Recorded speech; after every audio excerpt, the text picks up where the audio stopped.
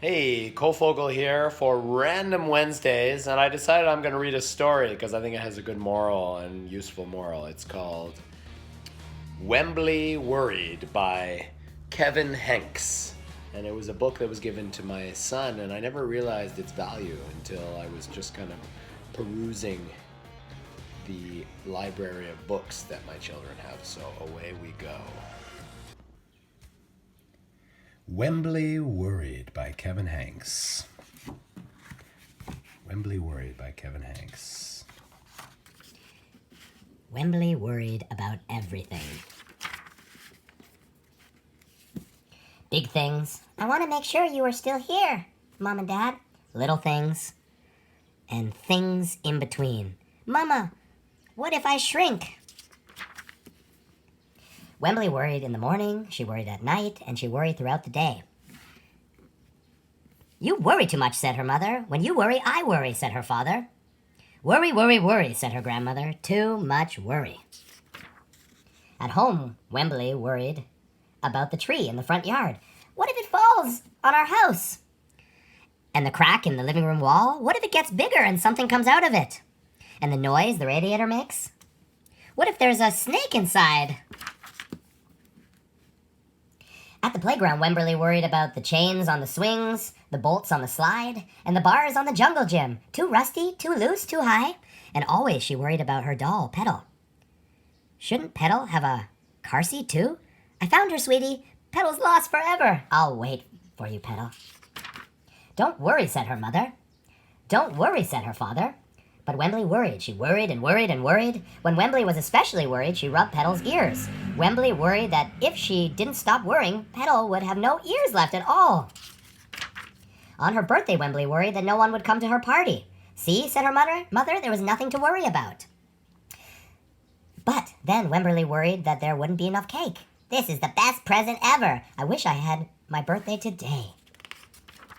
On Halloween, Wemberly worried that there would be too many butterflies in the neighborhood parade. See, said her father, there was nothing to worry about. But then Wemberly worried because she was the only one. You worry too much, said her mother. When you worry, I worry, said her father. Worry, worry, worry, said her grandmother. Too much worry.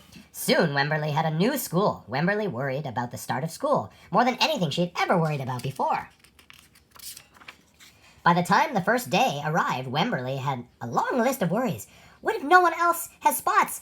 What if no one else wears stripes? What if no one else brings a doll? What if the teacher is mean? What if the room smells bad? What if they make fun of my name? What if I can't find the bathroom? What if I hate the snack? What if I have to cry? Don't worry, said her mother. Don't worry, said her father. But Wemberly worried. She worried and worried and worried. She worried all the way there. While Wemberly's parents talked to the teacher, Mrs. Peachum, Wemberly looked around the room. Then Mrs. Peachum said, Wemberly, there is someone I think you should meet. Her name was Jewel. She was standing by herself. She was wearing stripes. She was holding a doll. At first, Wemberly and Jewel just peeked at each other. This is Petal, said Wemberly. This is Niblet, said Jewel. Petal waved. Niblet waved. Hi, said Petal. Hi, said Niblet. I rub her ears, said Wemberly. I rub her nose, said Jewel.